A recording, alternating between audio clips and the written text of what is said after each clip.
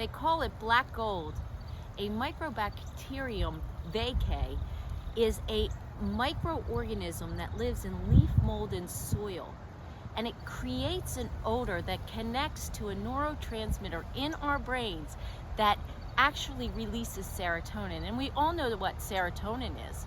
It's a mood building and mood lifting hormone in our bodies. So playing with soil can make us happy. I am here at Kona Composting with Heather, the owner, and she is based in Yardley. And Heather, why don't you give us a little bit of info on why compost is good to do?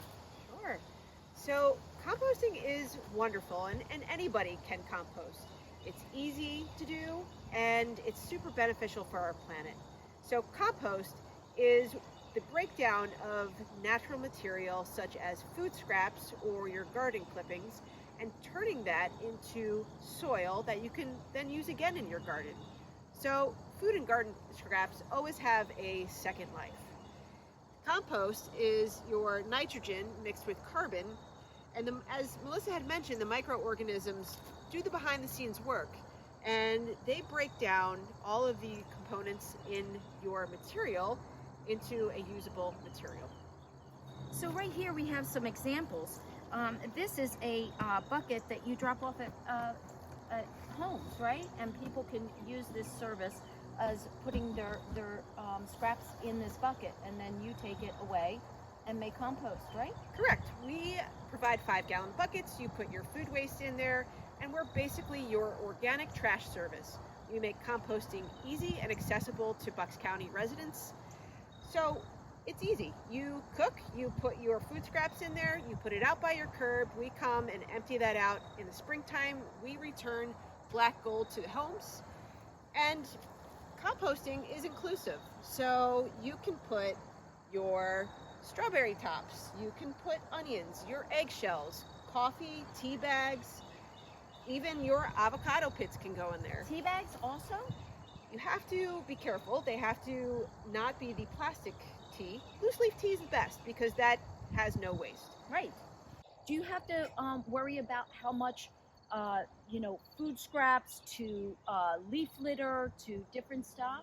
So you want to have a 3-to-1 ratio, 3 parts of carbon and 1 part of nitrogen. That's basically your happy composting recipe. You're going to couple that with oxygen and water, and all of those elements combined are going to give you the right recipe for your black gold. You know, your leaf cuttings and stuff from your mower, is that good to put into the compost? It's great to put in the compost. It is a nitrogen source. You may want to consider not putting grass in if you use any kind of synthetic pesticides or herbicides or fertilizers, but you can use compost on your lawn and transition away from that. But if you do that, it's best to use a clean nitrogen source such as your food scraps. That is really a cool thing. Does it heat up? In fact, it does. So I have a pile over there that is reading at about 140 degrees. It's been sitting for about a week. It's had 1 turn of a pitchfork. And what's happening there is that you're getting your behind the scenes workers, your bacteria, your fungi, your microorganisms, and they're all coming together to break down your food scraps. That's amazing that it's really alive in here. 1 teaspoon of compost creates billions and billions of microorganisms, and it is a very happy environment for these to live in. So why would we want to compost, really? So it's inevitable. We all create waste. If you had a banana for breakfast or brewed yourself some coffee, you now have something that can go in the compost. Or let's just say you had leftovers and perhaps they sat in the fridge. It happens to the best of us. Those can be composted too. So you'll want to take those and really think about your food scraps and your garden waste as a resource. It's so important that we take that and do not put that in the landfill, and that we utilize that to create better soil, to restore our soil, to grow more food, and just to keep our process circular. You were saying that it actually is like a sponge when you put this in your garden beds, and that you don't have to water that much? It's true. So compost is definitely a sponge. It soaks in carbon, it soaks in the moisture.